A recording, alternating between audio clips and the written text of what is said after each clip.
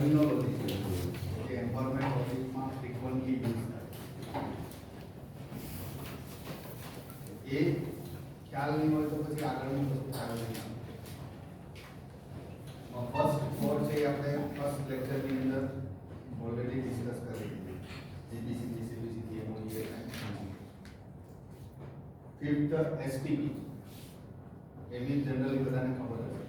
STP એટલે Sewage treatment. Treatment plant, waste water treatment plant and water Water treatment. 6 ETP Effluent treatment. Effluent treatment plant. Why it is called effluent? It's one type of wastewater. Yeah, wastewater coming from the Wastewater is byproduct of industry or home. byproduct of industry or Home also. I mean residence or commercial complexes. fifth first is sewage. Sewage is called the wastewater generated from residence Yeah, sanitation. due to our daily activity like Yes. washing, bathing, toilet, etc. So these are our basic things. And as per our government law, it is the responsibility of the government to fulfill our basic needs. એટલા માટે ration card તેમાં પાણીના bill જે આવાસ યોજના બધું એટલા માટે આપે કે આપણા એક્ટમાં બેઝિક રિક્વાયરમેન્ટ શું કરવાની જવાબદારી કોની છે? Government. Even clean air and good effluent છે એ શું કામે જનરેટ થાય છે? Due to earning purpose. કોઈ ઇન્ડસ્ટ્રીયાલિસ્ટ કોઈ પ્રોડક્ટ મેન્યુફેક્ચરિંગ કરે છે તો at the end of product some by product and waste will generate બધું જનરેટ થાય છે. એટલા માટે એને ટ્રીટ કરીને પ્રોપર મેનેજ કરવાની જવાબદારી પર્ટિક્યુલર ઇન્ડસ્ટ્રીયાલિસ્ટ. વેસ્ટ પ્રોડક્ટને ટ્રીટ કરીને પ્રોપર વેથી મેનેજ કરવું પડે એ industrialist as per environmental act. જ્યારે આપણા ઘરેથી પાણી નીકળે છે ગવર્મેન્ટ કલેક્ટ કરે. આપણા ઘર સુધી ડ્રેનેજ લાઈન કોણ આપે છે? ગવર્મેન્ટ. જેમ કે બેઝિક નીડમાં 7CD common effluent treatment plant. હવે દરેક ઇન્ડસ્ટ્રીયાલિસ્ટને પોતાનો એફ્લુઅન્ટ ટ્રીટમેન્ટ પ્લાન્ટ એસ્ટાબ્લિશ કરવાની કેપેબિલિટી ના હોય, એટલું ફાઇનાન્શિયલ બજેટ ના હોય. તો સ્મોલ બિઝનેસ ચલાવતું હોય એક કેમિકલ પ્રોડક્શન કરતો હોય તો 5, 10, 25, 50 તો એનું એટલું બજેટ ના હોય કે પોતાનો એફ્લુઅન્ટ ટ્રીટમેન્ટ પ્લાન્ટ જાતે ઇન્સ્ટોલ કરી શકે. એના માટે પર્ટિક્યુલર ડેડિકેટેડ પર્સન રાખવા પડે, પ્લાન્ટ આખો ડિઝાઇન કરાવવો પડે, રેગ્યુલર ઓપરેશન મેન્ટેનન્સ આવે, ઇલેક્ટ્રિક કન્ઝપ્શન આવે. તો એ લોકો શું કરે? અનઓથેન્ટિક કોઈ પણ જગ્યાએ ડિસ્ચાર્જ કરે જેનાથી પોલ્યુશન ઇન્ક્રીઝ થાય. આપણે ન્યૂઝપેપરમાં વાંચતા જ હોઈએ. એટલે ગવર્મેન્ટે શું કોન્સેપ્ટ લઈ આવ્યા? કોમન એફ્લુઅન્ટ ટ્રીટમેન્ટ પ્લાન્ટ કે જે સ્મોલ અને મીડિયમ સ્કેલ યુનિટ છે. નાનું ટેક્સટાઇલ ઉદ્યોગ હોય કે ડાઇસ ઇન્ટરમીડિયેટ હોય કે જેની અંદર વેસ્ટ વોટર જનરેટ થાય છે. એ બધાએ શું કરવાનું કે થ્રુ ટેન્કર થ્રુ પાઇપલાઇન જેવી કે ફેસિલિટી અવેલેબલ એ કોમન એફ્લુઅન્ટ ટ્રીટમેન્ટ પ્લાન્ટમાં વોટર પાણી પહોંચાડે. એ કોમન એફ્લુઅન્ટ ટ્રીટમેન્ટ પ્લાન્ટની જે સિસ્ટમ હોય એ રીતે ડિઝાઇન કરેલી હોય કે આખા જે ઇન્ડસ્ટ્રીયલ એસ્ટેટનું હોય, ફોર એક્ઝામ્પલ આપણે પાંડેસરામાં એક સીપી પ્લાન્ટ છે, સિમિલર વે વલસાણામાં છે, સચિનમાં છે, વડોદરાની અંદર છે. તો ત્યાં જે ઇન્ડસ્ટ્રીઓ હોય એના એફ્લુઅન્ટની ક્વોલિટીના બેઝ પર એ પ્લાન્ટ ડિઝાઇન કરે. એ પ્લાન્ટની અંદર એનું ત્યાં પછી પ્રોપર વેથી ટ્રીટમેન્ટ અને પ્લાન્ટની management body, industrial association, government officer and few government ઇન્સ્ટિટ્યૂટના કોઈ ટેકનિકલ પ્રોફેસર, આ બધા એના બોર્ડ ઓફ ડિરેક્ટરમાં એ બધા લઈને પ્લાન્ટ આખો ઓપરેટ કરવાનો. ત્યાર પછી એનો એઝ પર રૂલ્સ ડિસ્ચાર્જ. ત્યાર પછી 8 PSPF એ સાંભળેલું છે નામ ક્યારે? PSPF treatment stabilisation and disposal facility. એટલે સોલિડ વેસ્ટ બે પ્રકારના જનરેટ થાય. Domestic solid waste and second is industry. આ મેઇન બે સોલિડ વેસ્ટ.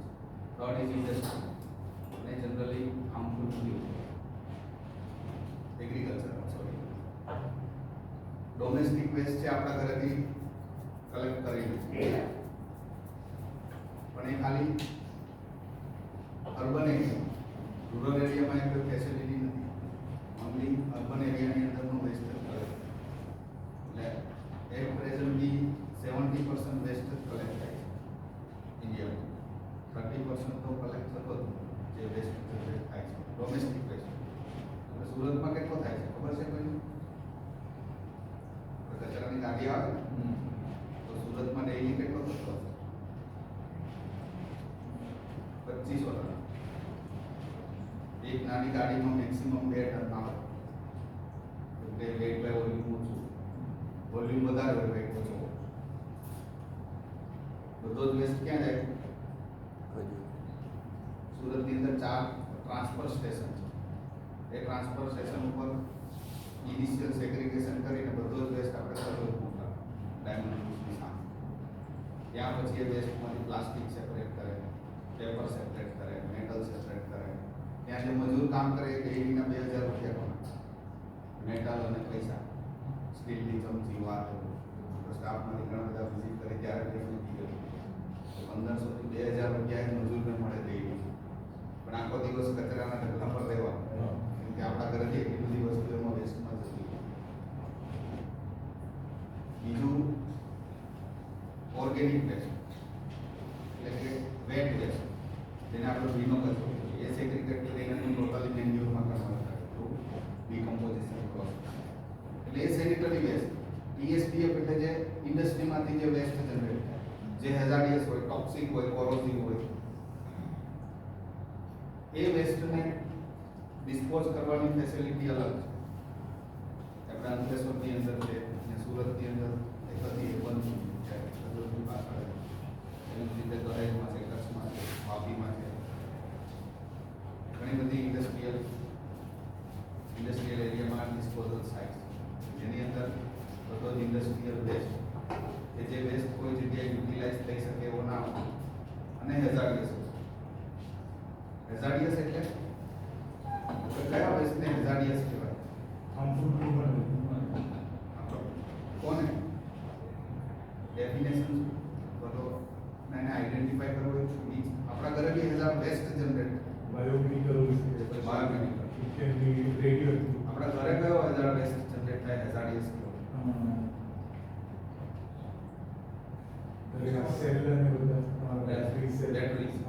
યુઝ બેટરી, જે વેસ્ટના મતલબ કોન્ટેક્ટમાં આવવાથી અથવા તો ઇટસેલ્ફ નુકસાન ક્રિએટ કરી શકે એ બધો હેઝાર્ડિયસ વેસ્ટ. આપણા ઘરે બી ડિટર્જન્ટ ક્લીનર્સ હોય, બધા toilet cleaner, floor cleaner, pant, solvent, આ બધા હેઝાર્ડિયસ વેસ્ટમાં આવે. રેસિડ્યુ એના જેવું. ત્યાર પછી 9 CBWTF common biomedical waste treatment facility. જેની સુરતમાં આપણે 2-3 છે, દરેક મેજર સિટીમાં છે. જે દવાખાને જાઓ તો તમે ત્યાં ગુજરાત પોલ્યુશન કંટ્રોલ બોર્ડના લેટર પેડ વાળું એક સર્ટિફિકેટ લગાવેલું જોયું છે કોઈ? બાયોમેડિકલ વેસ્ટ, કઈ બાયોમેડિકલ વેસ્ટની મેમ્બરશીપ. એટલે 5 બેડ કરતાં વધારેની હોસ્પિટલ હોય તો એને કમ્પલસરી લેવું પડે, અને ક્લિનિક ચલાવતા હોય તો બી લેવું પડે. એ વેસ્ટ એ ડેડિકેટેડ વ્હીકલ થ્રુ તેને ટ્રાન્સફર કરીને એ ફેસિલિટી સુધી પહોંચાડો, જ્યાં એને અલગ અલગ કેટેગરીમાં સેગ્રીગેટ કરેલા છે. Sharp waste, infection waste, plastic waste, એ બધું નીડલ્સ ને બધું શાર્પ વેસ્ટમાં. પછી સિરીઝ ને બધું પ્લાસ્ટિક વેસ્ટ. એ સિવાયનો જે હ્યુમન બોડી પાર્ટ્સ કે સર્જરીના પાર્ટ્સ કે કોટન ને બધું ઇન્ફેક્શન ક્રિએટ કે જે વેસ્ટ બધો હાઈ ટેમ્પરેચરે ઇન્સિનરેટરની અંદર ઇન્સિનરેટ કરવાનો. અને પ્લાસ્ટિક ને બધું ડિકન્ટામિનેટ કરીને પછી એને રિસાયકલ કરે. ત્યાર પછી 10 CME or ME મતલબ મલ્ટી ઇફેક્ટિવ ઓપરેશન સિસ્ટમ. સ્ટાર્ટિંગમાં આ ટ્રીટમેન્ટ સિસ્ટમની હતી. આવી એક one type of waste water treatment system છે કે હાઈ કોન્સન્ટ્રેટ મતલબ હાઈ વોલ્યુટેડ વેસ્ટ વોટર હોય જેનો ઓર્ગેનિક લોડ વધારે હોય, જેમાં ડિઝોલ્વ સોલિડ કન્ટેન્ટ વધારે હોય, એ વેસ્ટને તમે ટ્રીટમેન્ટ આપો તો ટ્રીટ નહીં થાય. એ વેસ્ટને શું કરે? ઇવોપરેટરથી ઇવોપરેટ કરે. એટલે એના જે સોલિડ પાર્ટિકલ છે એ સેપરેટ થઈ જાય અને રેસિડ્યુ જે કન્ડેન્સેટ નીકળે એને ફર્ધર ટ્રીટમેન્ટ કરે તો રિસાયકલ. એ ફેસિલિટી બી દરેક ઇન્ડસ્ટ્રીયલ એરિયામાં છે. મોટી ઇન્ડસ્ટ્રી હોય તો એને પોતાનું મલ્ટી ઇફેક્ટિવ ઓપરેટર યુઝ કરવો. નાનું યુનિટ હોય કારણ કે કોઈ ઇન્ડસ્ટ્રીને 5000 લીટર કે 3000 લીટર એફ્લુઅન્ટ જનરેટ થાય છે તો એને એ ઓપરેટર ઇન્સ્ટોલ કરવું પોસાય નહીં કે એની કોસ્ટ બી ક્રોડ્સમાં. તો એ શું કરે, જ્યાં કોમન ફેસિલિટી હોય ત્યાં મેમ્બર હોય ત્યાં મોકલાવે. પછી એફ્લુઅન્ટ આપણે ડિસ્કસ થઈ ત્યાર પછી 12 EI એન્વાયરમેન્ટ ઇમ્પેક્ટ અસેસમેન્ટ. ખબર છે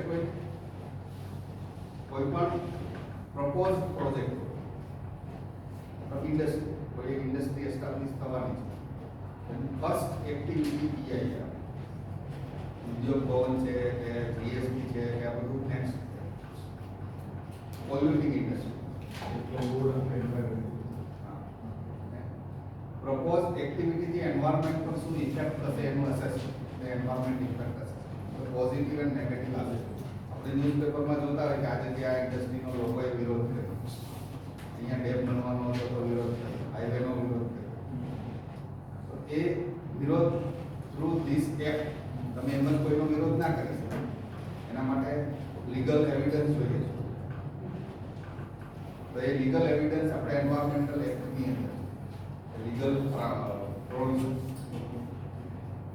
કોઈ ઇન્ડસ્ટ્રીયલ પ્લાન્ટ એસ્ટાબ્લિશ કરવાનો છે તો ત્યાં આખું એનું સ્ટડી કરીને પબ્લિક સમક્ષ પબ્લિક હિયરિંગ કરવાનું presentation.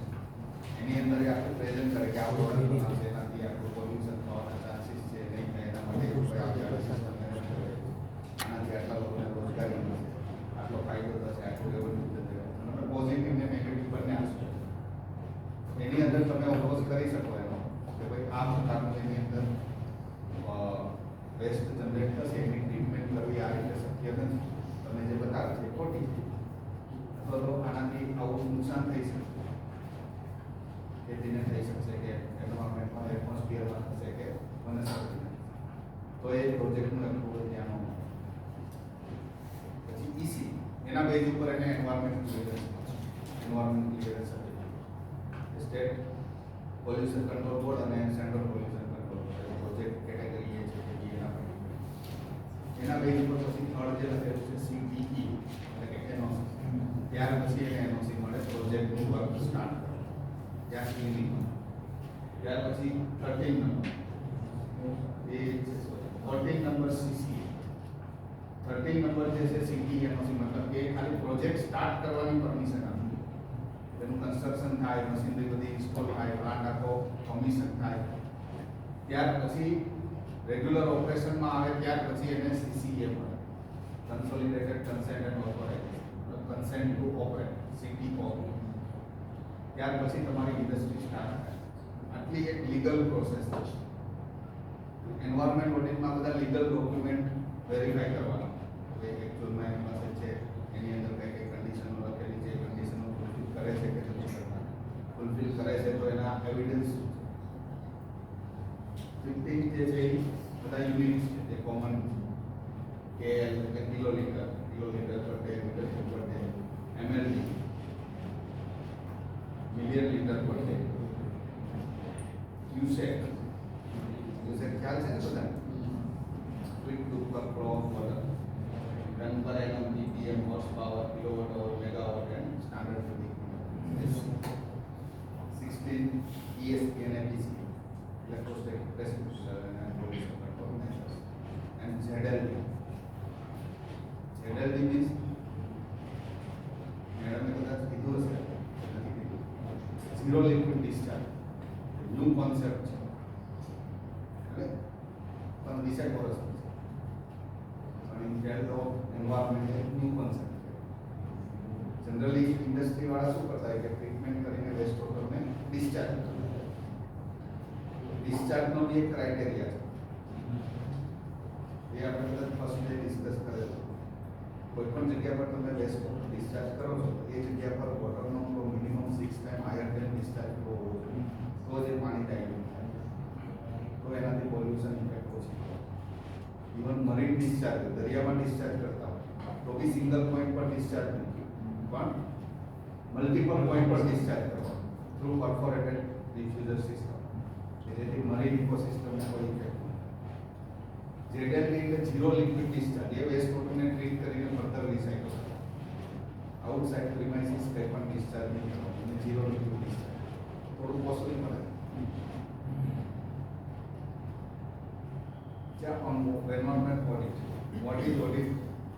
Examine the present status of any type of organization. Something. These are the different types of audit. Finance, safety, project audit, environment, compliance audit, internal audit, external audit, IT audit, IRS audit. 9 શું છે ખબર છે કોઈ IRS audit?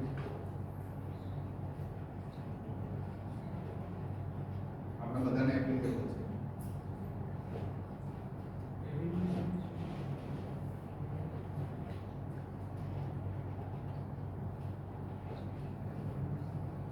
આપણે બધા કોઈ પણ ઓર્ગેનાઇઝેશનમાં job કરીએ, બરાબર, તો એ સંસ્થા આપણે પગાર આપે, સ્ટુડન્ટ ફી આપે, તો એનું એક્સપેન્સીસનું આખા વર્ષનું ઇનપુટ આઉટપુટ ને બધું at the end of financial year એટલે સોલ્વ થાય આપણી સંસ્થાનું. સંસ્થાએ પર્ટિક્યુલર એમ્પ્લોયનું ઓડિટ કરવાનું, એને IRS ઓડિટ કહેવાય. સંસ્થાએ આપણે યરલી 5 લાખ રૂપિયા સેલેરી આપી તો એનો ટેક્સ આપણે પ્રોપર પે કર્યો છે, એને IRS audit. Internal revenue system,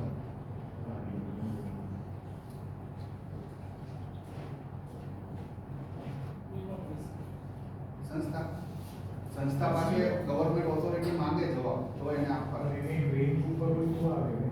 એ તો એપ્લિકેબલ હોય એના માટે.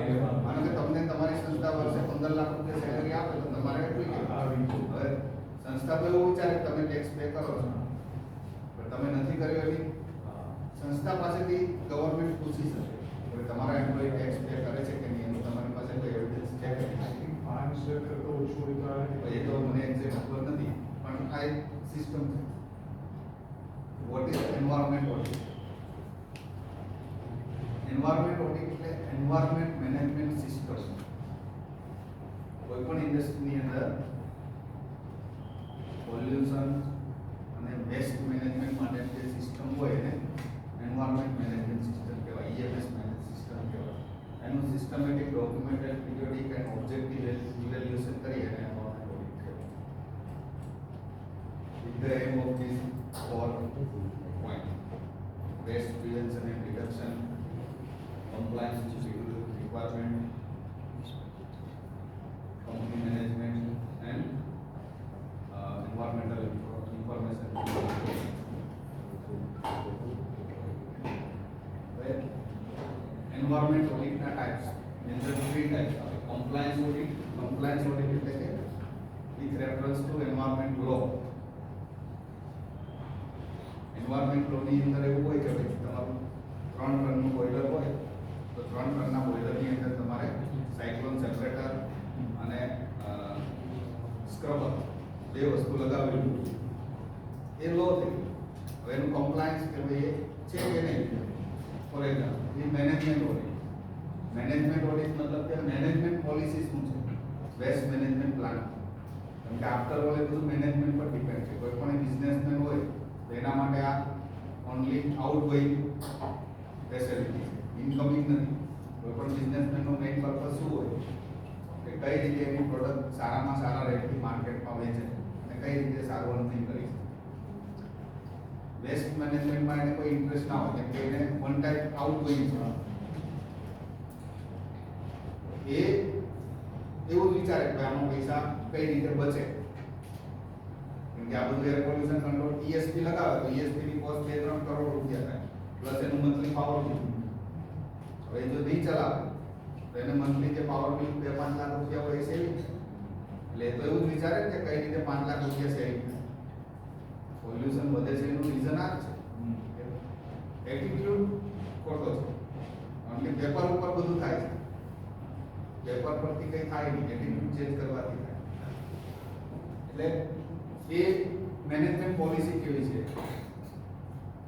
પર્ટિક્યુલર ડેડિકેટેડ સ્ટાફ પ્રોવાઈડ કરેલો છે, એનું ફંડ પ્રોવાઈડ કરે છે કે નથી કરતા, EHS ડિપાર્ટમેન્ટ છે કે નહીં, ફંક્શનલ ઓડિટ, એક્ઝિસ્ટિંગ જે સિસ્ટમ છે એ કઈ રીતે ફંક્શનિંગ કરે છે, EMS સિસ્ટમ, એનું પરફોર્મન્સ કેવું છે, ન્યૂ ટાર્ગેટ્સ કેવા છે, લેટેસ્ટ ટેકનોલોજી નું યુઝ કરે છે કે નથી કરતા, ઇમ્પ્રુવમેન્ટ કેટલું છે, પ્રીવિયસ યર આ સ્ટેટસ હતું, કરંટ યરમાં શું સ્ટેટસ છે, અપકમિંગ યર્સમાં શું પ્લાનિંગ છે, એ બધું એક્ટિવિટી કે ફંક્શનલ ઓડિટ. આ બધા general benefits, cost saving, environmental rules રેગ્યુલેશનનું પાલન થાય, એન્વાયરમેન્ટ ઇમ્પેક્ટ ઓછી થાય, પ્રોજેક્ટ પરફોર્મન્સ વધે, એપ્રુવલના ચાન્સીસ વધી જાય. એન્વાયરમેન્ટ ઓડિટ કન્ડક્ટ કરવા માટેની મેજર સિસ્ટમ શું છે? તો 3 થઈ. પર્ટિક્યુલર કોઈ એક ઇન્ડસ્ટ્રીનું આપણે એન્વાયરમેન્ટમાં કોઈ પાવર પ્લાન્ટમાં આપણે ઓડિટ કરવું છે, તો આપણે સવારે જઈને ત્યાં ઊભા રહી જઈએ એવું નહીં, પણ એની બેઝિક ઇન્ફોર્મેશન તો આપણે એટલીસ્ટ ખ્યાલ હોવું જોઈએ. એ કહેવાય pre audit. Second on site audit, ત્યાં જઈને આપણે શું કરશું. અને થર્ડ છે પોસ્ટ ઓડિટ, ત્યાંથી જે બધા ડેટા, સેમ્પલ, બધી ઇન્ફોર્મેશન કલેક્ટ કરેલી એનું કઈ રીતે ઇન્ટરપ્રિટેશન કરશું. એટલે ટોટલ 3 ફેઝ માટે post audit, pre audit, on site audit and post audit. Pre audit, pre ઓડિટની અંદર મેજર કઈ ઇન્ફોર્મેશન આપણી પાસે હોવું છે. એક તો એનું લોકેશન, GIDC એરિયામાં છે કે આઉટસાઇડ GIDC, એના માટેના બી રૂલ્સ રેગ્યુલેશન અલગ અલગ છે. ત્યાર પછી સ્કોપ અને objective, it depends on types of industry. A audit requirement અને ટીમ, મતલબ કેટલા નંબર ઓફ પર્સનની જરૂરિયાત છે. Site personal interviews and discussion, ત્યાં જઈને તમે શું ડિસ્કસ કરશો. સાઇટ ઇન્સ્પેક્શન એન્ડ સેમ્પલિંગ, શું ત્યાં ઇન્સ્પેક્ટ કરશો. ડિપેન્ડ્સ કે ઇન્ડસ્ટ્રી ટુ ઇન્ડસ્ટ્રી અલગ અલગ છે. જે ટાઈપની ઇન્ડસ્ટ્રી છે એ ટાઈપનું તમારે ત્યાં ઇન્સ્પેક્શન આવે. પછી ઓડિટ પ્રોટોકોલ, મતલબ કઈ વસ્તુ આપણે એમાંથી ત્યાં અવોઇડ કરવાની છે. જેમ કે પ્રોડક્ટ છે કે ઇન્ડસ્ટ્રી ફાર્મા કંપની હોય તો મોનોપોલી વાળી પ્રોડક્ટ એ આપણે અવોઇડ કરવું. ત્યાર પછી એડમિનિસ્ટ્રેટિવ અરેન્જમેન્ટ, જનરલ એવા અને પ્રી ઓડિટ ક્વેશ્ચન. અને આ ઇન્ડસ્ટ્રીની બેકગ્રાઉન્ડ હિસ્ટ્રી, આટલી ઇન્ફોર્મેશન હોય અને પછી તમે ત્યાં જાઓ તો તમારાથી પ્રોપર વેથી ઓડિટ થઈ શકે. એની CCA એટલે કન્સોલિડેટેડ કન્સેન્ટ એન્ડ ઓથોરાઇઝેશન, કે જેની અંદર જે ઇન્ડસ્ટ્રીની બધી જ ડિટેલ, પ્રોડક્ટ, બાય પ્રોડક્ટ, કેટલું પાણી યુઝ કરવાનું, કેટલું વેસ્ટ વોટર જનરેટ કરવાનું, કેટલું ફ્યુઅલ યુઝ કરવાનું, કઈ કઈ યુટિલિટી સિસ્ટમ છે, મતલબ બોઇલર, ડીસી છે, કેટલી ચીમનીઓ આવેલી છે, કેટલા પ્રકારનો વેસ્ટ જનરેટ થશે, કેટલો જનરેટ થશે, ક્યાં એને ડિસ્પોઝ કરવાનો, આ બધી જ કન્ડિશન, ક્વોન્ટિટી બધું જ એમાં લખેલું. તો એ કન્સેન્ટ અને EC બંનેની અંદર. પછી કઈ રો મટીરિયલ કયા યુઝ કરે છે, તેના બેઝ ઉપર તમને ખ્યાલ આવે કે કેટલા રો મટીરિયલ તમારા હેઝાર્ડિયસ છે, ફ્લેમેબલ છે, ઇન્ફ્લેમેબલ છે, ટોક્સિક છે, પ્રોડક્ટ કઈ છે, એનર્જી ને વોટરની ડિટેલ. પછી પ્રોસેસ છે, યુનિટ ઓપરેશન છે કે યુનિટ પ્રોસેસ. યુનિટ ઓપરેશન ને યુનિટ પ્રોસેસનો ડિફરન્સ ખબર છે?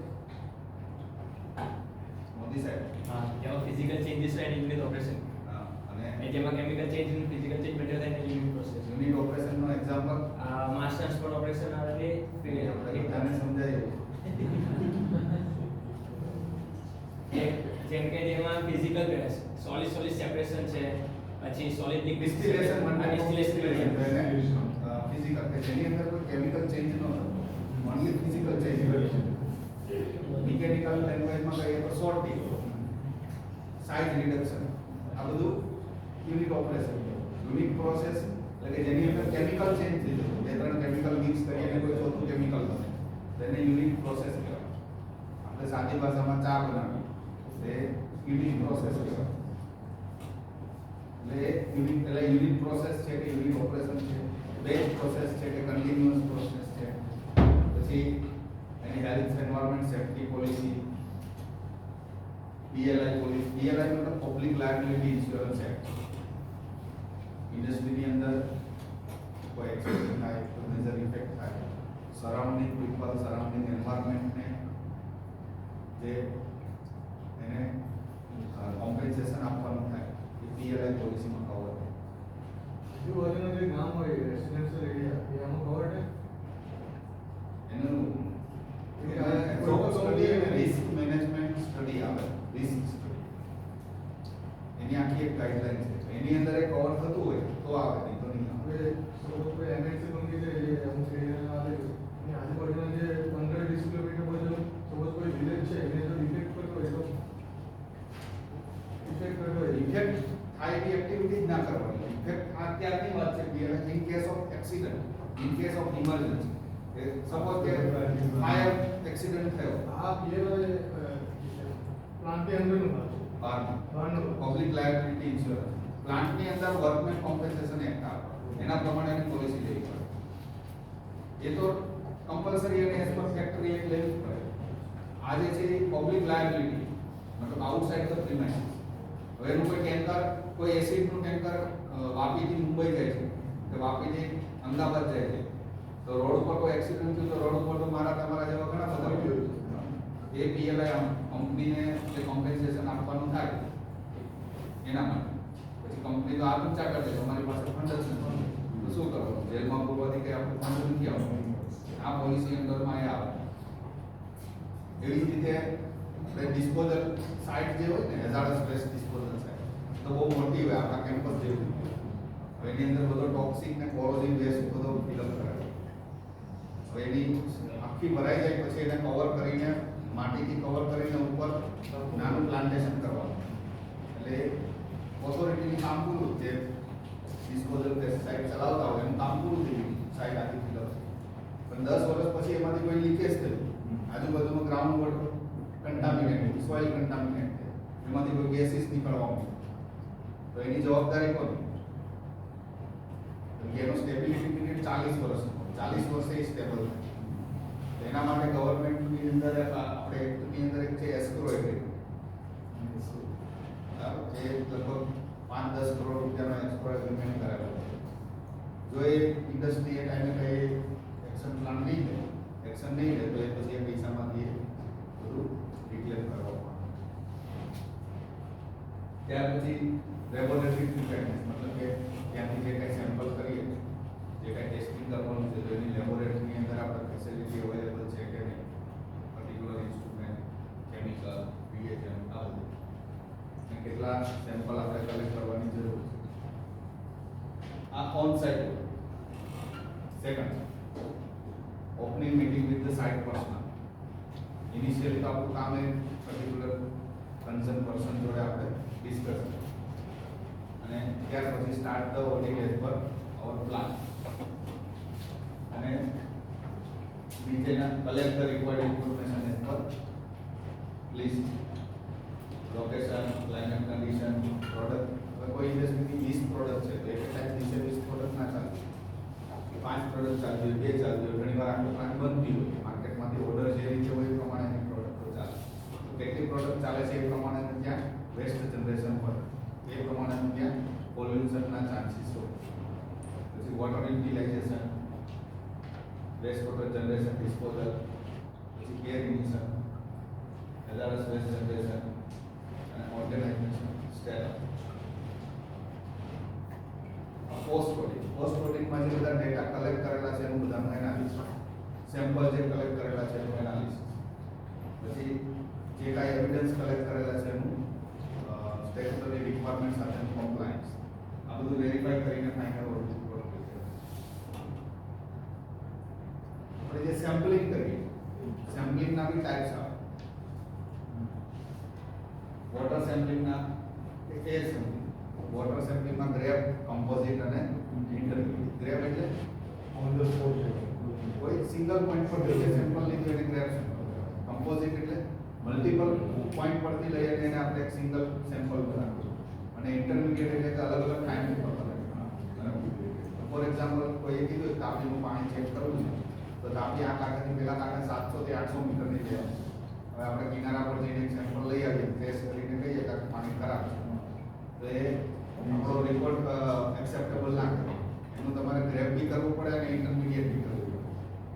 સોરી, કમ્પોઝિટ સેમ્પલ બી કરવું પડે, કેમ કે એની પાણીની ડેપ્થ બી વધારે હશે.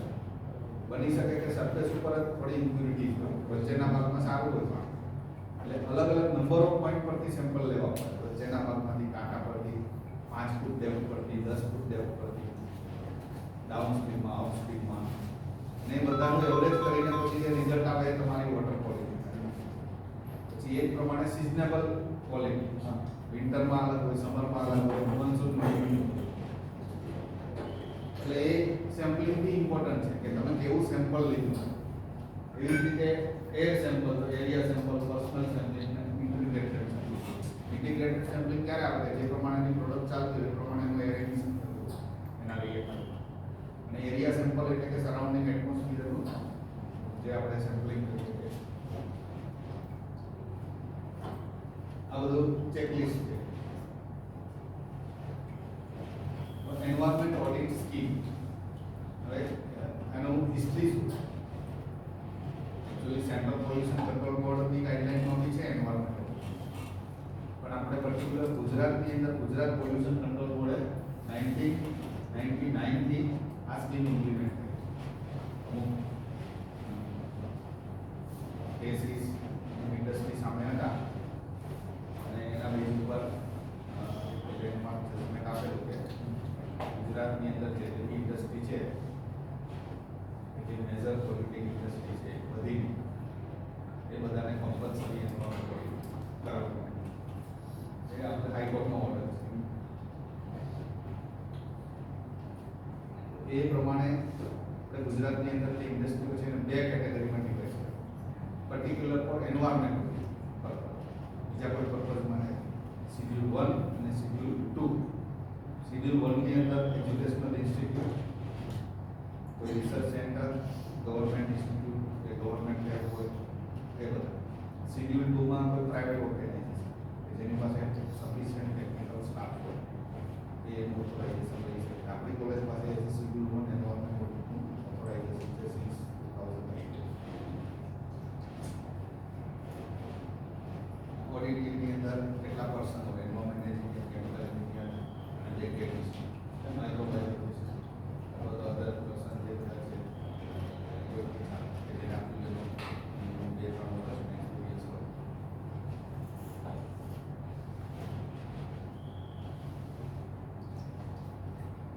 ઓડિટ પીરિયડ્સ કયો હોય? ફાઇનાન્શિયલ યર પ્રમાણે. કોમન ફેસિલિટી હોય તો એને યરલી 2 રિપોર્ટ સબમિટ કરવા. પર્ટિક્યુલર ઇન્ડિવિજ્યુઅલ પ્રોડક્શન યુનિટ હોય તો એને yearly 1 report as per financial year April to March. અને કોમન ફેસિલિટી હોય કે common effluent treatment plant, common waste disposal facility, તો એમને 6 મંથ લેવા, એપ્રિલ ટુ સપ્ટેમ્બર અને ઓક્ટોબર ટુ માર્ચ. આ જનરલ એન્વાયરમેન્ટ ઓડિટનું ફોર્મેટ છે. એન્વાયરમેન્ટ ઓડિટની અંદર કઈ ઇન્ફોર્મેશન કલેક્ટ કરીને આપણે રિપોર્ટ પ્રિપેર કરવાનો. આ જે છે બેઝિક ઇન્ફોર્મેશન. ઇન્ડસ્ટ્રી, એનું લોકેશન, રજિસ્ટર ઓફિસ એડ્રેસ, ક્યાંથી એસ્ટાબ્લિશ થઈ, કેટલા એક્ઝિસ્ટિંગ નંબર ઓફ એમ્પ્લોઈઝ છે, કેટલા ઇલેક્ટ્રિકલ કનેક્શન્સ છે, એના સિરિયલ નંબર શું છે, સર્વિસ નંબર શું છે, કેટલો ટોટલ લોડ કનેક્ટેડ છે. અને આ જે છે મેઇન પોઈન્ટ આ electrical consumption per ton of product એ એવરી યર ચેન્જ થાય. તમે કંઈક ઇમ્પ્રુવમેન્ટ કરેલું છે તો એ તમારું પર ટન પ્રોડક્ટની અંદર ડાયરેક્ટ રિફ્લેક્ટ થાય. જો એનર્જીની અંદર કંઈ અચીવમેન્ટ કરેલું તો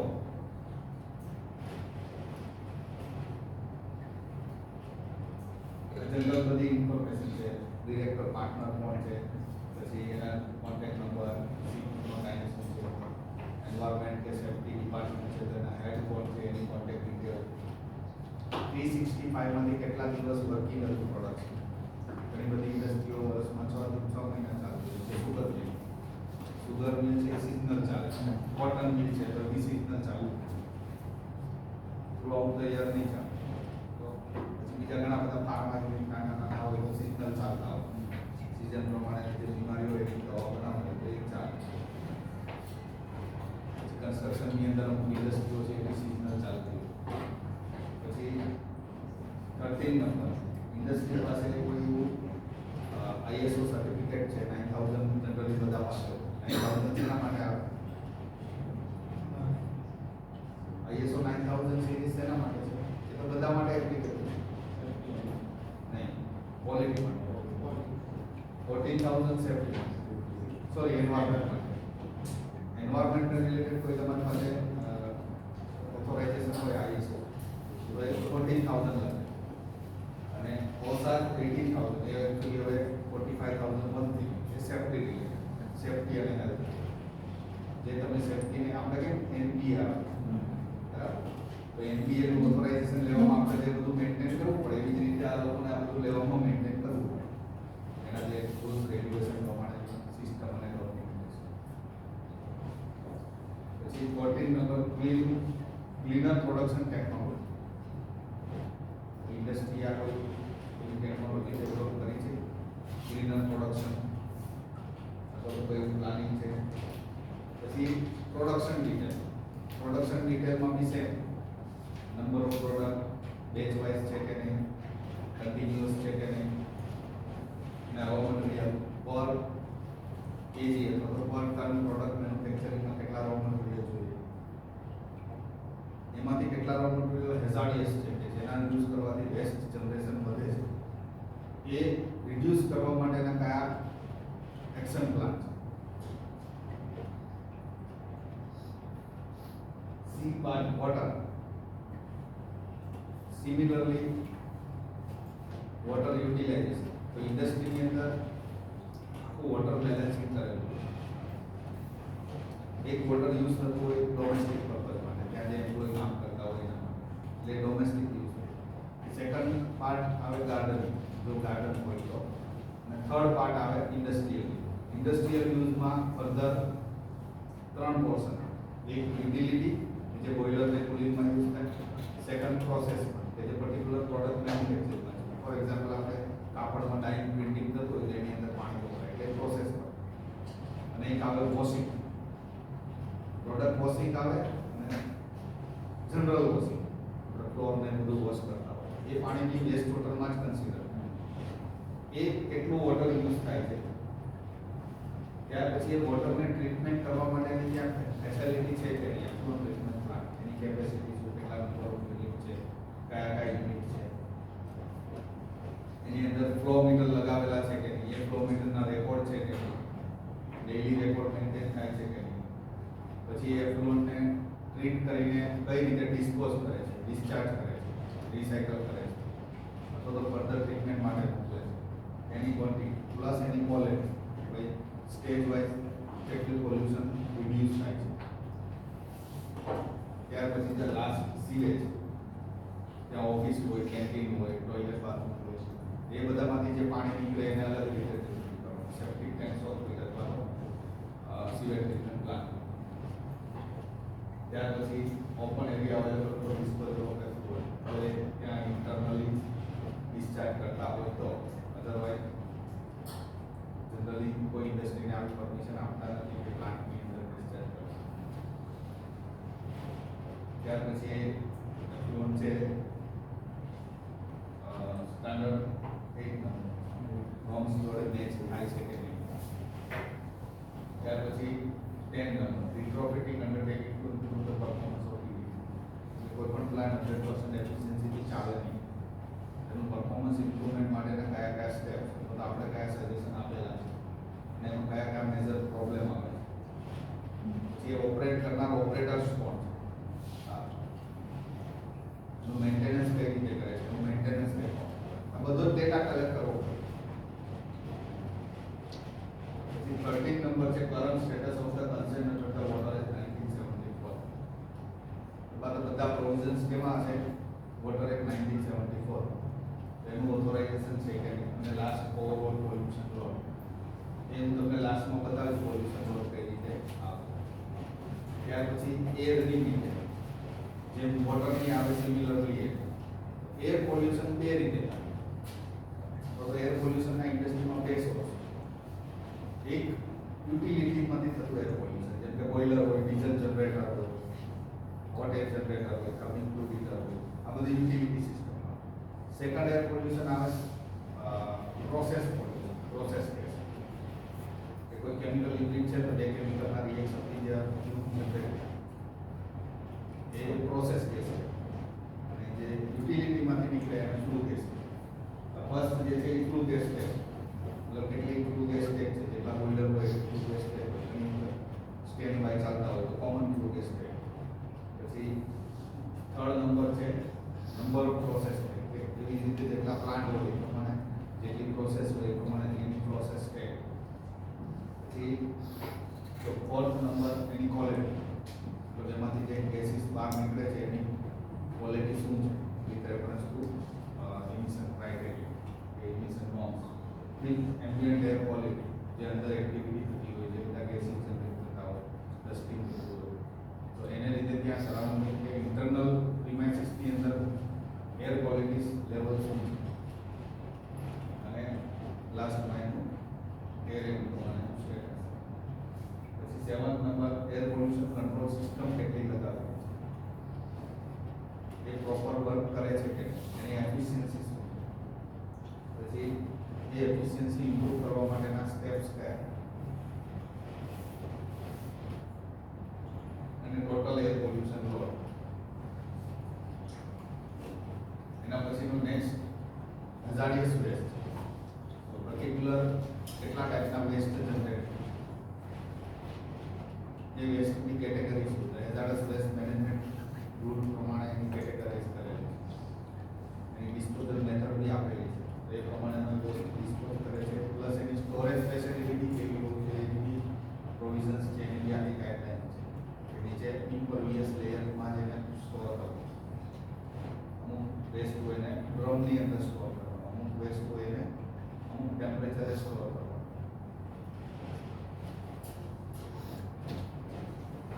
ત્યાં ઓવરઓલ સાઇટ પ્લાન કે જેની અંદર આપણે બધી વસ્તુ ઇન્ટિગ્રેટ કરેલી હોય છે. ફ્લુઅર ડિસ્પોઝલ પોઈન્ટ, ઇફ્લોર treatment plant, sampling point, drainage line, સ્ટેર, સોલિડ વેસ્ટનો સ્ટોરેજ અને disposal area, green belt area કે પછી રિસોર્સ રિકવરી. પર્ટિક્યુલર પ્રોડક્ટ બનાવે છે એમાંથી જે કાંઈ વેસ્ટ જનરેટ થાય છે એમાંથી કોઈ રિસોર્સ રિકવરી કરે છે કે નથી કરતી. એવી જ રીતે જે એફ્લુઅન્ટ છે એ બી વન ટાઈપ ઓફ વેસ્ટ જ કહેવાય. એમાંથી રિસોર્સ રિકવરી એટલે કે એને રિસાયકલ કરે છે કે નથી કરતી. પછી નેક્સ્ટ હેલ્થ રિલેટેડ કેટલો રેકોર્ડ મેન્ટેન કરે છે, કેવું ઇમ્પ્લિમેન્ટ કરે છે એઝ પર ફેક્ટરી કે જે કાંઈ એક્ટિવિટી થાય છે, જે કાંઈ કેમિકલ હેન્ડલિંગ થાય છે એમાંથી કોઈ હેલ્થ હેઝાર્ડ્સ છે કે તો એ હેઝાર્ડ્સને ઓવરકમ કરવા માટેના કયા સ્ટેપ્સ છે એને રિલેટેડ ફોર્મ 32 કે ફોર્મ 5 કે જે આવે બધું મેન્ટેન કરે છે. પીરિયોડિક મેડિકલ ચેકઅપ આવે એનો આખો એક રેકોર્ડ મેન્ટેન કરવાનો. પછી fourth number factory medical officer, આ બી કમ્પલસરી દરેક ઇન્ડસ્ટ્રી કે જે રૂટીન ડોક્ટર છે અને ઇન્ડસ્ટ્રીયલ ડોક્ટર બંનેમાં ડિફરન્સ એટલે ત્યાં જે ઇફેક્ટ થતી હોય ડ્યુ ટુ કેમિકલ અને આપણે નોર્મલ વાયરલ ઇન્ફેક્શનને લીધે ડોક્ટર પાસે પહેલાંને એ ઇન્ડસ્ટ્રીયલ ઇફેક્ટની ખબર ના હોય, કોઈ સલ્ફ્યુરિક એસિડની ઇફેક્ટ થઈ હોય તો એની એમએસડીએસ પ્રમાણે એના ટ્રીટમેન્ટ કરવું, અને ન્યુમોનિયા ગેસની અસર થઈ હોય તો શું કરવું એ આપણા સાદા ડૉક્ટરને નહીં ખબર, અથવા તો એ ડૉક્ટર એને રિલેટેડ ટ્રેનિંગ લીધેલી હોય, એના ઓએસની પાસે સર્ટિફિકેટ હોવું જોઈએ. એવી જ રીતે પછી એક્સિડન્ટ ડિટેલ, પર્ટિક્યુલર ટાઈમ પીરિયડમાં કેટલા એક્સિડન્ટ થયેલા, એના રીઝન્સ શું, accident analysis report. Safety measures, કયા ટાઈપના સેફ્ટી મેજર્સ ક્યાં એડોપ્ટ કરેલા છે, વર્ક પરમિટ સિસ્ટમ છે કે નહીં, ફોલો કરે છે કે નથી કરતા, વર્ક પરમિટની જરૂર ક્યારે પડે, work at height, work below the ground, work with chemicals, રિએક્ટરની અંદર કે કોઈ કન્ફાઇન્ડ સ્પેસની અંદર વર્ક કરવાનું હોય, વેલ્ડિંગ, કોઈ પણ વર્ક હોય તો એના માટે વર્ક પરમિટ હોય. વર્ક પરમિટની અંદર શું હોય કે રિલેટેડ વર્કના હેઝાર્ડ્સ કે કન્સર્ન સેફ્ટી ઓફિસરને ખબર હોય તો હેઝાર્ડ્સને ઓવરકમ કરવા માટેના પ્રિકોશન્સ લીધેલા છે. ફોર એક્ઝામ્પલ હાઇટ ઉપર વર્ક કરવું હોય તો એક પર્સન ઓબ્ઝર્વર તરીકે રહેવું જોઈએ, સેફ્ટી બેલ્ટ હોવો જોઈએ, હેલ્મેટ પહેરેલું હોવું જોઈએ, આ બધા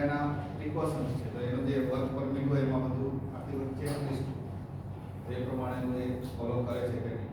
આ બધું એક્સિડન્ટ અવોઇડ કરવા માટેના સ્ટેપ્સ. પછી આ બધા noise measurement, order nuisance control કરવા માટેના કયા સ્ટેપ્સ લે છે. પછી કોઈ કેસીસ છે કે નથી એઝ પર એન્વાયરમેન્ટ એક્ટ, એના કોમ્પ્લાયન્સ રિપોર્ટ રેગ્યુલરલી સબમિટ થાય છે કે નહીં. Last whether insurance policy obtained under PLI Act. Detail of consultant मतलब वोटर से आपको जीएसटी आयु ने त्या પછી પણ પછી કન્સલ્ટન્ટ કોઈ અપોઇન્ટ કરેલા છે કે particular pollution point of view મતલબ એક્સટર્નલ એક્સપર્ટ અને આખો રિપોર્ટ પૂરો થાય ત્યાર પછી એનું ડિક્લેરેશન ફોર્મ આવે અને હવે ઈએમએસ એડિશન છે એપ્લિકેશન સર્ટિફિકેટ આ જે પોઈન્ટ છે લિમિટેડ પર સીસી એને જે ગ્રાન્ટ કેટલું કરેલું છે એની સામે status particular year. For example છે આ પ્રોડક્ટ્સ વાહન એવી 50 પ્રોડક્ટ છે 50 પ્રોડક્ટનું એનું ફેવરેટ ઇન્ડિવિજ્યુઅલ પ્રોડક્ટનું પ્રોડક્શન કોઈનું 5 ટન 10 ટન પર મંથ એની સામે એને જે રેકોર્ડ મેન્ટેન કરેલો છે જે ડેટા આપણે કલેક્ટ કરેલા છે એમાં કેટલું છે વિધિન લિમિટ છે આઉટ ઓફ લિમિટ છે મતલબ કમ્પ્લાય થાય છે કે નથી. સિમિલર એવી રીતે આ બધું એની અંદર મેન્શન કરેલું છે એની સામે એનું જનરેશન કેટલું છે એ આખું આઈડીપીસી ને એપ્લિકેશન સર્ટિફિકેટ. પછી આ ડેટા આપણે સેમ્પલ કલેક્ટ કરેલા હોય એનું સર્ટિફિકેટ એ ડેટા આજે આપણે આપેલું હોય.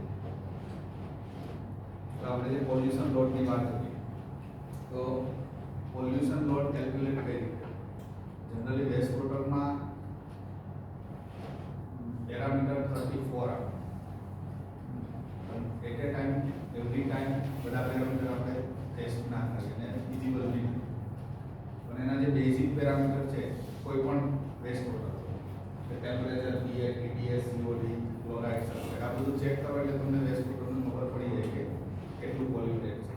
એનો જે મેઇન પેરામીટર છે એ COD chemical oxygen demand it is indirect method to measure the amount of organic load. BOD છે પણ BOD process be 3 to 5 days. 20 degree હોય તો 5 days 27 હોય તો 3 ડિગ્રી. પણ તમે COD એક ચેક કરો ને એટલે મેજર તમને બધી ખબર પડે. જનરલી COD BOD નો ratio COD is equal to 3 BOD 1/3 BOD. એ ઇન્ડસ્ટ્રીના પ્રમાણે હા મેજર આ રેશિયોમાં હોય એનો 30 BOD હોય તો એનો COD 100 ની આજુબાજુ હોય. આ એક થંબ રૂલ છે એટલે COD તમારો સેમ ડે ટેસ્ટ થઈ અને COD થી તમારો આખો ઓર્ગેનિક લોડ ખબર પડી. COD એ જ તમારો પોલ્યુશન લોડ એટલે મતલબ કોઈ પણ ઇન્ડસ્ટ્રીની અંદર આપણે COD નો વેસ્ટ વોટર ડિસ્ચાર્જ કરવા માટેનો ક્રાઇટેરિયા છે કે ભાઈ નેચરલ સ્ટ્રીમમાં કે જમીન ઉપર ડિસ્ચાર્જ કરવું હોય તો 100 મિલીગ્રામ પર લીટર કરતાં ઓછું હોવું જોઈએ. મરીન ડિસ્ચાર્જ એટલે કે દરિયામાં ડિસ્ચાર્જ કરતા હોય તો 250 મિલી અને TDS માટે છે 2100 મિલીગ્રામ પર લીટર. TDS ની અંદર શું બધા ઇનઓર્ગેનિક કન્ટેન્ટ ડિઝોલ્વ સોલિડ જે તમે ટ્રીટમેન્ટ થ્રુ રિમૂવ ના કરી શકો. આપણા ઘરે કોર્પોરેશનનું પાણી આવતું હોય ઓલરેડી 300 TDS નું આવે અમે દર 15 દિવસે કરીએ આપણે તેમ છતાં દરેકે ઘરે ફિલ્ટર લગાવેલા છે. એ બી one type of treatment plant જ છે. હવે તમે એમાં જોશો તો 4 થી 5 યુનિટ હોય છે. આડા ડબ્બા બરાબર એ દરેક યુનિટ છે પર્ટિક્યુલર ઇમ્પ્યુરિટીઝ રિમૂવ કરવા માટે. હવે એમાંથી એક પાઇપ છે આપણે માટલામાં જતી ને એક આપણે બેઝિનમાં જતી. તો બેઝિન વાળી પાઇપમાં પાણી વધારે હોય જોયું છે ક્યારે એટલે એ રિજેક્ટ વોટર કહેવાય આરો રિજેક્ટ. આપણે ઘરે જે મૂકેલા છે બધા આરો મૂકેલા અને એક જે માટલામાં જાય એ આરો પરમિએન્ટ કહેવાય. મતલબ ટ્રીટેડ વોટરને ફર્ધર ટ્રીટ કરીએ તો બી 50% રિજેક્ટ કરે જેના 300 TDS અને આપણે ખાલી વધુ જોઈએ કે 20-25 લીટર મેક્સિમમ તો બી આપણે થોડું એવું લાગે કે આ તો બહુ મોંઘું પડે ચેન્જ કરવું. એટલે લાર્જ સ્કેલ પર આને ઇમ્પ્લિમેન્ટ કરવું બહુ ડિફિકલ્ટ છે કેમ કે એના જે કાર્ટ્રીજ આરોના મેમ્બ્રેન બધું ફ્રીક્વન્ટલી ચેન્જ કરવાનું તો પાણીને રિસાયકલ કરવું એટલે તો બી એ 50%. પછી આ ટ્રીટેડ વેસ્ટ તો તમને જો રિસાયકલ કરીએ તો એ પેલું થાય. એટલે આપણો પર્પસ કહેવાનો હતો કે TDS RO સિવાય રિમૂવ નહીં થાય. ટ્રીટમેન્ટથી રિમૂવ ન થાય.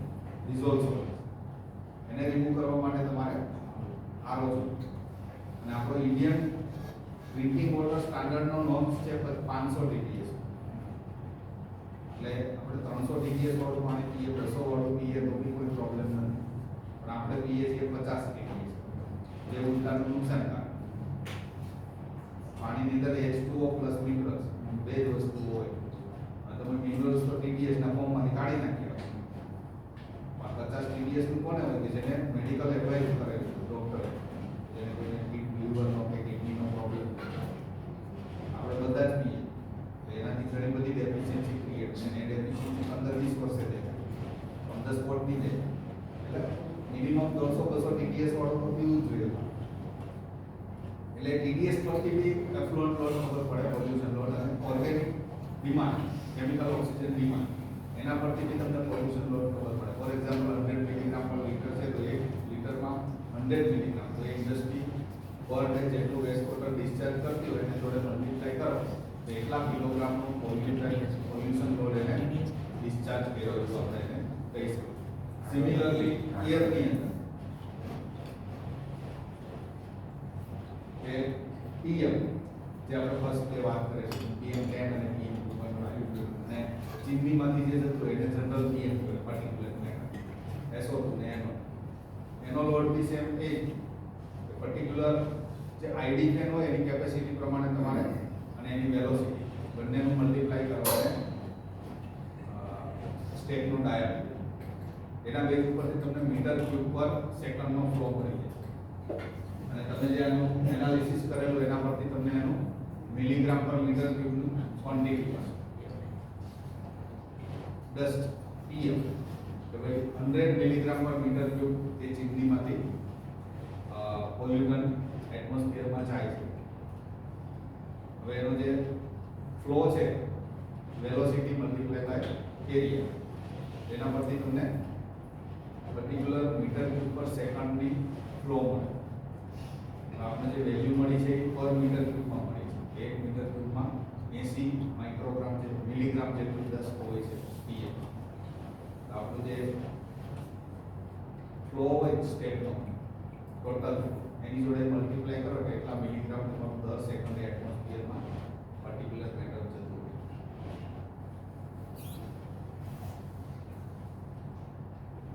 આ aeration tank effluent treatment plant. Effluent treatment પ્લાન્ટમાં મેક્સિમમ એનર્જી જે કન્ઝ્યુમ થતી હોય કામ, કે આને ચલાવવા માટે એરેટર છે. એરેટર ચલાવવા માટે બ્લોઅર છે. એ બ્લોઅર 50 HP, 100 HP, 200 HP જે પ્રમાણેનો ટ્રીટમેન્ટ પ્લાન્ટ. મેક્સિમમ એનર્જી અહીંયા એટલે જેટલો તમારો પોલ્યુશન લોડ વધારે એટલું સામે એનર્જી કન્ઝમ્પશન બી વધે.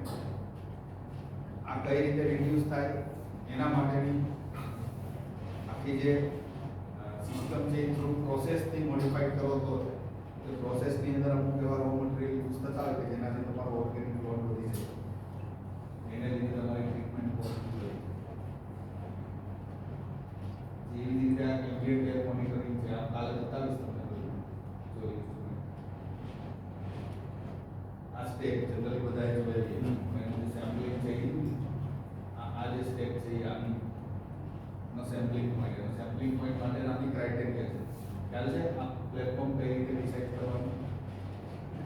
8D અને 2D ના બેઝ. આ જે પોર્શન છે ને એ 2D હોવો જોઈએ. અહીંથી જે છે ને જે બેન્ડ આવે અહીંથી મિનિમમ 8D. મતલબ ફોર એક્ઝામ્પલ આનો ડાયામીટર 1 મીટર છે તો 8D એટલે 8 મીટર કરતા ઉપર ઇન્સ્ટોલ કરવાનું.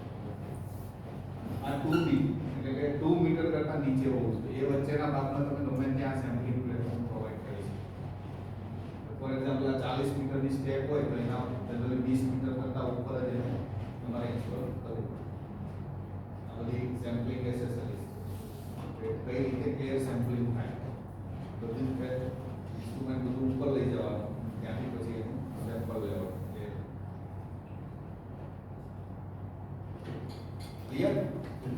કાલનો સેશન આપણો રહી ગયો ને તો કાલે આ બતાવું છું, આજે આ એકચ્યુઅલ કઈ રીતે થાય એ તમને બતાવું. હવે કાલે ઓકે.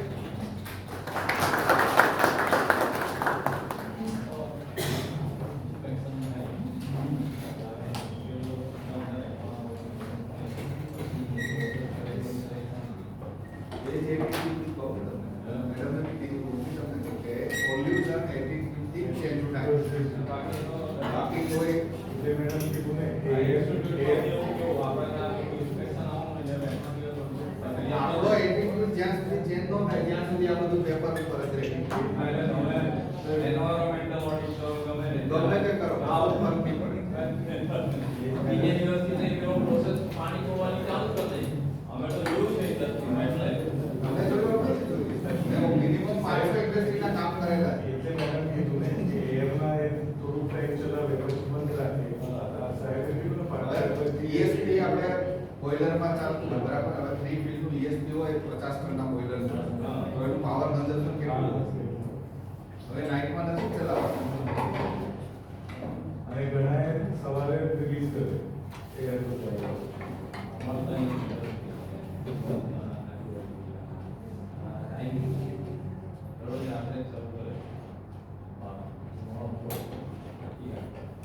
મારો દિવસના બી છોડતા હોય પણ દિવસના એની જે એર પોલ્યુશન ચાલતી હોય એર ફિલ્ટર હોય સાયક્લોન સેપરેટર હોય કે સ્ક્રબર હોય કે ESP હોય બરાબર. એ બધામાં પાવર કન્ઝમ્પશન ઘણું બધું હોય. રાત્રે બંધ કરી દે એટલે ગેસ સીધો ધુમાડો બધું વધારે દેવાય. અને કોકોમાં કલર લેવો છે ફોર બેઝ છે. મેડમ મિનિમાઇઝ કરો તો CCL એટલે એ તો પછી એવું છે આ જે કન્સેન્ટ આપે ને પોલ્યુશન કંટ્રોલ નો કે જેની અંદર નીચે ધીમે ધીમે ખાલી સ્ક્રોલ કરતા અને UPL હા નીચે અગાઈનું પ્રોડક્ટ છે એની ક્વોન્ટિટી બી લખેલી છે જો 1300 મેટ્રિક ટન પર મંથ પછી મોનો પ્રોડક્ટ 1500 મેટ્રિક ટન એટલે નેક્સ્ટ આ બધી એની પ્રોડક્ટ જવા દો હવે second specific condition product total production sale not exceed 12030 120 metric ton per month એના કરતા વધુ નહીં એ કન્ડિશન છે. પછી આ કન્ડિશન અંદર ધ વોટર 3 નંબર બસ જેમ છે ડોમેસ્ટિક ઇન્ડસ્ટ્રીયલ અને ગાર્ડન ત્રણેયનું બાયફર્કેશન લાસ્ટ જે છે એ ટોટલ છે આના કરતા વધુ નહીં જોઈએ પર ડે કિલો લીટરમાં છે નીચે. હવે એમાં જો એક રિસાયકલ નહીં કરે છે 2040 KLD ફ્રેશ પાવર અને 874 એને પ્લાન્ટમાં ટ્રીટ કરીને રિસાયકલ કરવાનું નીચે આ એનું best water generation domestic industry ત્યાર પછી આ DOD જે છે ને ડોમેસ્ટિક એ તમારે પેલું કરો ત્યાર પછી કન્ડિશન અંડર છે આ એની યુટિલિટી સિસ્ટમ છે ડીઝલ જનરેટર છે વોટર જનરેટર છે બોઈલર છે કેપિંગ કેપેસિટી હેન્ડલર નેક્સ્ટ એમાંથી શું એમિશન થશે એ બી આની જીપીની આઈટમ નેક્સ્ટ ત્યાર પછી આ પ્રોસેસ છે એના જે પ્રોસેસના પ્લાન્ટ છે એ બધું એમાંથી કયા કયા પોલ્યુશન કંટ્રોલ સિસ્ટમ લાગેલી છે એમાંથી કયા કયા ઇમિટ થશે અને એનું લેવલ કેટલું હોવું જોઈએ એના પછી નેક્સ્ટ આ બધી એની પ્રોસેસ પ્લાન્ટ ત્યાં પછી આ જે તે તો કોમન છે તે 2.5 SO તો એક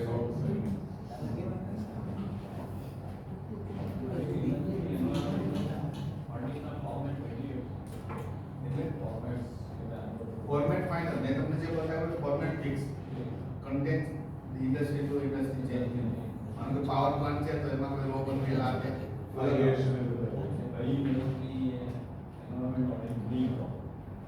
એનું એક આખી ગાઈડલાઈન છે નહીં એના માટે જે ઇન્ડસ્ટ્રીની અંદર ફ્યુઅલ તરીકે એઝ એ કોલ યુઝ થતો પછી પાણી યુઝ થતું પ્રોસેસ અને એ પાણી સાથે કોઈ કેમિકલ યુઝ થતા પછી ડાયઝ ઇન્ટરમીડિયેટ પાવર પ્લાન્ટ હોય માઇનિંગ એક્ટિવિટી થતી સુગર મિલ હોય પેસ્ટિસાઇડ મિલ હોય પેસ્ટિસાઇડ ઇન્ટરમીડિયેટ હોય ફાર્મા ઇન્ટરમીડિયેટ આ બધા એ કમ્પલસરી કરવા નેક્સ્ટ આ બધા વેસ્ટ વેસ્ટની disposal facility right hand side પર છે. આ આખું વેરીફાઈ કરવાનું. આ એનું વન ટાઈપ ઓફ લાયસન્સ કહેવાય અને એ દર 5 વર્ષે આજે એના માર્ચ 24 માં આપેલું છે. અને ઓથોરિટી પોલ્યુશન મેડમ આ પાસે એની પર સેન્ટ્રલ બી કરાવવાનું. સેન્ટ્રલ માંથી તમારે એન્વાયરમેન્ટ ક્લિયરન્સ લેવાનું. એમાં ગવર્મેન્ટે બે કેટેગરી કરેલી છે, કેટેગરી એ અને કેટેગરી બી. અમુક મોટા પ્રોજેક્ટ જે હોય એને કેટેગરી એમાં ડિફાઇન કરેલા છે. અમુક જે નાના પ્રોજેક્ટ હોય એને કેટેગરી બી. એને તો લગભગ એપ્લિકેબલ જ ન થાય. એટલે જે એ કેટેગરીના પ્રોજેક્ટ છે એ બધાનું એપ્રુવલ એને ministry of environment forest and climate change. માનો કે સુરત આ બુલેટ ટ્રેન પ્રોજેક્ટ છે એને બી આ લાગુ પડે. એનું એપ્રુવલ એને ત્યાંથી લીધું. આપણો નેશનલ હાઈવે બને છે, આપણો જે અત્યારે એક્ઝિસ્ટિંગ હાઈવે 6 લેન છે એ જ્યારે 4 માંથી 6 થયો હશે એટલે એનું એક્સપાન્શન કહેવાય. એનું એપ્રુવલ બી એને સેન્ટ્રલમાંથી લીધું. એવી જ રીતે કોઈ મોટી આપણે અહીંયા જીરામાં એસઆર ને રિલાયન્સ છે એ લોકોને કોઈ એક્સપાન્શન કરવાનું થાય તો એને પહેલા એન્વાયરમેન્ટ પછી આપણે એ બધી ઉત્તના પાંડેસરામાં ટેક્સટાઇલ મિલો છે એને કઈ જરૂર નથી. એને અહીંયા સ્ટેટ લેવલ એટલે સેન્ટ્રલમાંથી તો લેવાનું પણ ફર્ધર સ્ટેટમાંથી બી લેવાનું. એ બી ઘણી પણ એ આટલી મોટી ઇન્ડસ્ટ્રી વાળા માટે બી નિગ્લિજિબલ એ બી એટલી બધી નહીં. એ ડિપેન્ડ્સ ઓન તમારો પ્રોજેક્ટ કેવડો છે એના પર ડિપેન્ડ છે. એટલે 1.5 લાખ 3 લાખ જેવી સુધીની થાય પણ એ આટલું મોટું એની સામે ઇન્વેસ્ટમેન્ટ બી હોય. ઇન્વેસ્ટમેન્ટ બેઝ ઉપર 5 કરોડના પ્રોજેક્ટ સુધી આટલી 5 થી 10 ના કે 20 કરોડની આટલી 50 કરોડની આટલી એના કરતા 100 કરોડ કરતા વધારે થાય તો આ બધા મેજર ઇન્ડસ્ટ્રી જનરલી હોય ત્યારે 5 કરોડ કરતા વાર નહીં થાય. લેન્ડ કોસ્ટ તમારી એને જે લોકો આપે છે ને કન્સેશન બહુ નોમિનલ આપે છે. અત્યારનો જે આપણો ઉઘાવાનો દર છે એ પ્રમાણે કઈ નથી. એને કોઈ 20,000 રૂપિયા જ આપે, 20,000 30,000 પણ એ આપવાથી એ પૈસા ઇમ્પોર્ટન્ટ નથી પણ એની સામે એની કંપનીની અંદર જે સિસ્ટમ ઇમ્પ્લિમેન્ટ થાય ને એ ઇમ્પોર્ટન્ટ છે. જો આવે એસેસમેન્ટ માટે તેને ખ્યાલ આવી કે આઈએસઓ છે લાગુ થશે. હા આપણે કેમ એનડીએ હોય તો ડોક્યુમેન્ટ બધા મેન્ટેન થતા હોય. ભલે એડમિશન આપણા ન હોય બરાબર પણ ડોક્યુમેન્ટ મેન્ટેન કરતા થઈ જાય ને સ્ટાફ.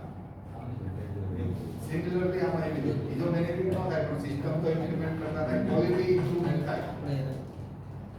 એટલે એ લોકોને પોલ્યુશન કંટ્રોલ બોર્ડ આપે અમુક કન્સેશન 10% લાખ રૂપિયા 2 લાખ 10-20,000 રૂપિયાનું મળે. આટલી મોટી ઇન્ડસ્ટ્રી માટે તો એ નથી. અગર રિલાયન્સ વાળાને 20,000 રૂપિયાનું આવે તો એને શું કરવું પડે?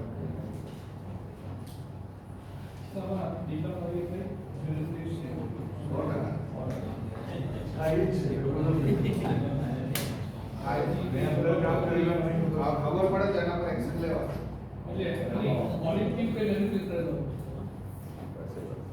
એ અમે જે રિપોર્ટ કરીને આપીએ એના માટે ઉપર એક બીજી કમિટી અમારા રિપોર્ટ પછી થર્ડ પાર્ટી બીજા કોઈ પાસે ચેક કરવા રેન્ડમ. માનો કે અમે 10 રિપોર્ટ કરીને તો પછી 2 રિપોર્ટ ચેક કરાવ એમાંથી કઈ થાય તો ઇનિશિયલી અમારી પાસે જવાબ જો એને સેટિસ્ફાઈડ ન કરી શકે તો પછી ફર્ધર એક્શન. પણ આ બધું ચાલે ઓટોમેટિક ડેટા પર. આનું આના પર રિસ્પોન્સિબલ કોઈ નહીં. રિયાલિટી આ છે. આપણે કેવું સબમિશનમાં સ્ટુડન્ટને કે કરંટને જાણ કરી દો ચલો કેવું આવ્યો તો તમે નોંધા.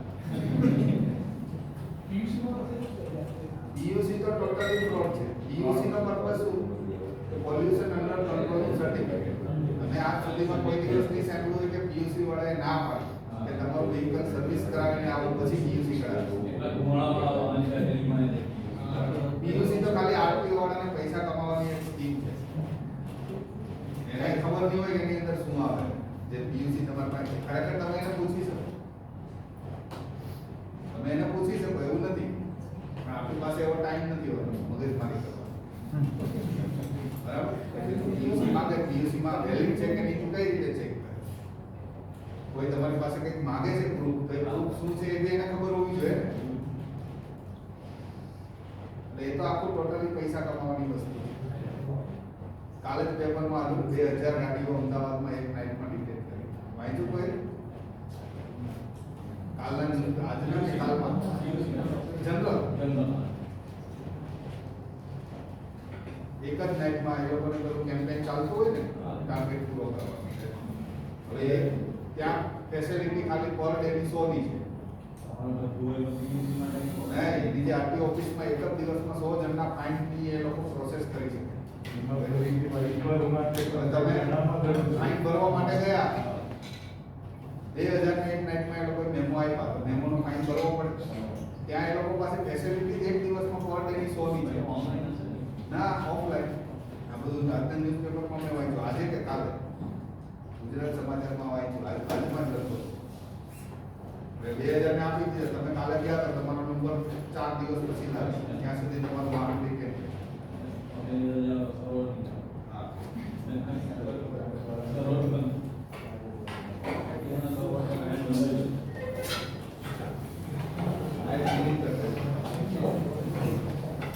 Thank you, sir. Your deeply expertise, clarity, and explanation have made significant impact on all of us. Once again, thank you. ના ના વાંધો નહીં. Dear participants,